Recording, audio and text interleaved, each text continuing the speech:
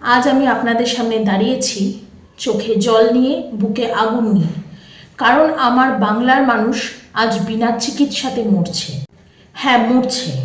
অন্য রাজ্যে যখন হেলথ ইনফ্রায় বিপ্লব আনছে, আমার বাংলা তখন রোগীকে মেঝেতে ফেলে রেখেছে। নমস্কার, আমি অ্যাডভোকেট রিয়া সাহা। আপনাদের নিউজ 13 বাঙালিতে অনেক অনেক স্বাগত জানাই। প্রথমে চোখ রাখুন সরকারি পরিসংখ্যানে। ন্যাশনাল হেলথ প্রোফাইল বলছে পশ্চিমবঙ্গে প্রতি 10,000 মানুষের সরকারি ডাক্তার মাত্র 5 জন, তামিলনাড়ুতে 12 জন, কেরালায় 14 জন, দিল্লিতে 18 জন। নীতি আয়োগের হেলথ ইন্ডেক্সে বাংলা 19টা বড় রাজ্যের মধ্যে 12 নম্বরে। গুজরাট, মহারাষ্ট্র, কর্ণাটক, তামিলনাড়ু সবাই আমাদের থেকে যোজন যোজন এগিয়ে। এটা উন্নয়ন? এটা লজ্জা। ইউপিতে যোগী আদিত্যনাথ গত 6 বছরে 65টা নতুন মেডিকেল কলেজ বানিয়েছে। মধ্যপ্রদেশে 1 জেলা থেকে মেডিকেল কলেজ চালু। বাংলায় এসএসকেএম এর ছাদ ভাঙছে। আরজি করে জরুরি বিভাগে বেড নেই।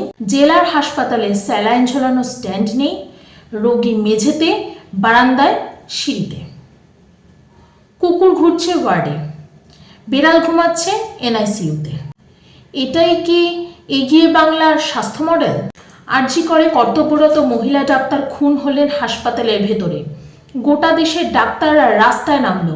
সুপ্রিম কোর্ট ধমকালো। অন্য রাজ্য সঙ্গে সঙ্গে সিকিউরিটি অডিট হলো, সিসিটিভি বসলো, ডিউটি রুমে লক লাগলো। বাংলায় কি হলো? তদন্ত চাপা দিতে উঠে পড়ে লাগলো প্রশাসন। ভিকটিমের চরিত্র নিয়ে প্রশ্ন তুলল। ডাক্তাররা আজও নিরাপত্তাহীন। ফলে ভালো ডাক্তাররা বাংলা ছাড়ছেন।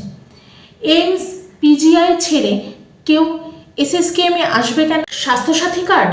গ্রামে গিয়ে দেখুন, গ্রামের বেসরকারি হাসপাতালরা বলছে এখানে বেড নেই।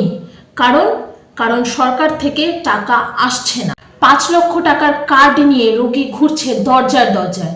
ওষুধ কেনায় কাটমানি, যন্ত্রপাতি কেনায় কাটমানি, অ্যাম্বুলেন্সে সিন্ডিকেট, ব্লাড সিন্ডিকেট।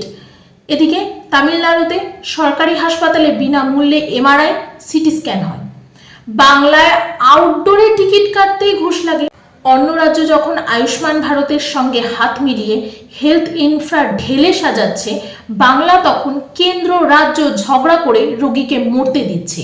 কেরালা, তামিলনাড়ুতে আইএমআর, এমএমআর দেশের মধ্যে সবচেয়ে কম।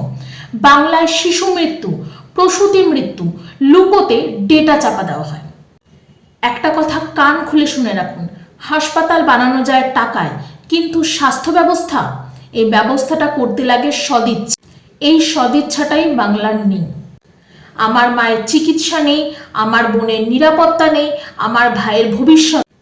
তাহলে এই সরকার আছে কেন? বিচার করবেন আপনারা, জবাব দেবেন আপনারা। জবাব দিতে হবে গণতন্ত্রের ভাষায়। আপনাদের কার কি মত সেটা কমেন্ট বক্সে জানিয়ে যাবেন। ধন্যবাদ।